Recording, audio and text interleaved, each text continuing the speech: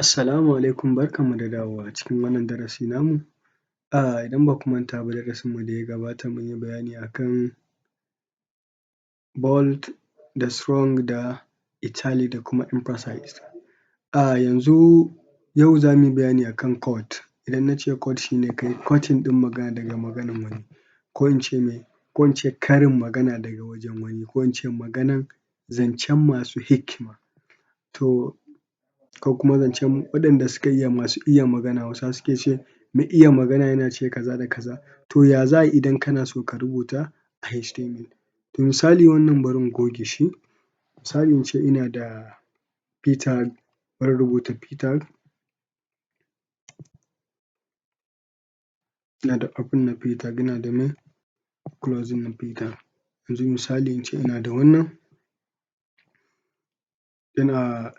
bari in ɗauko, akwai wani quote da na rubuta ga shi, wanda wannan ya yi, sai in dawo, yanzu misali in ce na rubuta shi, kun gani? Bisa duk abin da yake rabonka ne ba zai taɓa wuce ka ba, saboda haka ka kwantar da hankalinka ka fuskanci rayuwa. Ka gani, to yanzu wannan wa ya rubuta? Wanda ya rubuta sai na ce me sunansa me Malam Mamman. To ya quote ne, yanzu idan na yi saving nashi hakan nan, na ce save, na rona shi, ga shi ya yi me ya fita, amma duka me duka a layi ɗaya ya zo, har da me Malam Mamman ɗin. To wannan ya za a yi mu ƙawata shi, tunda quote ne, na ce quote magana ne daga wajen wani, ya za a yi mu ƙawata shi, mu nuna shi ya yi me ya ƙawatu?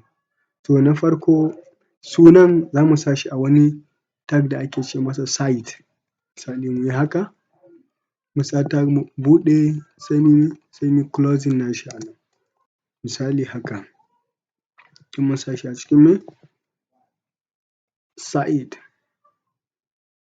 Bari in cire site ɗin, bari in quoting nashi, bari in cire shi daga cikin me paragraph, ce misali wanda ya rubuta ɗin, sai in yi saving, na yi me close nashi, kun kalla? Kun ga yadda rubutun shi ya fita? Rubutun ya fita, Malam Mamman ɗin sunan ya fita me ya ƙawatu, amma kaman me kaman emphasized ko italic da muka yi bayanin shi, amma me sun bambanta style ɗin rubutun. So quote muna da quote guda biyu, na farko muna da block quote, ka ce me block quote haka. Na biyu muna da me muna da inline quote, wato wannan quote ɗin shi ne wanda yake zuwa me a cikin layi.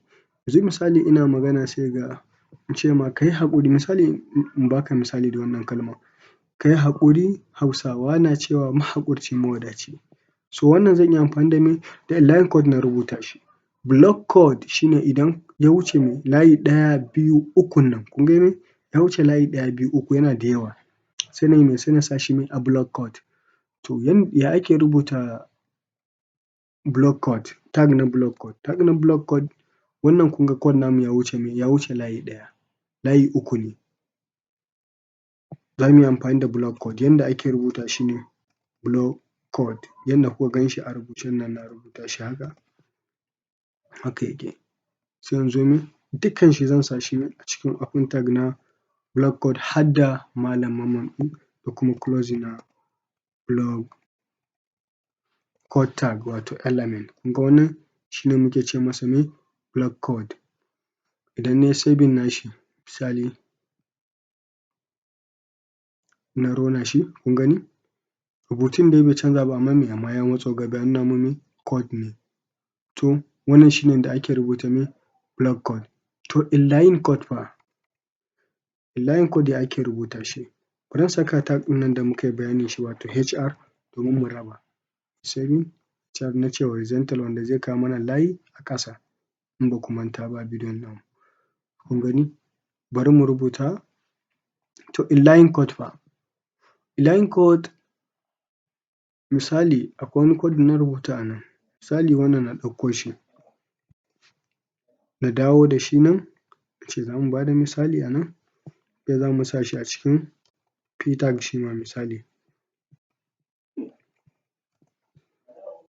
sai mun sa shi a cikin me open na P tag da closing. To wannan inline code za mu yi amfani da shi. Yanzu na ce abokina ka yi haƙuri ka san Hausawa na cewa, to tunda maganar Hausawa ne zan sa shi a cikin inline code. To inline code ɗin da na rubuta ya ake rubuta shi? Shi Q muke rubutawa maimakon code. Block code ne ake rubuta mai a rubuce, amma inline code kuma ana rubuta shi ne a cikin Q open da kuma me closing kamar haka. Sai mu yi saving nashi. Idan muka yi saving nashi sai mu reload nashi, kun gani ya fito a cikin me? A cikin code. Ya fito a cikin me? A cikin double code ya fito. Ya fito a cikin double code. Wannan shi ne misali na me?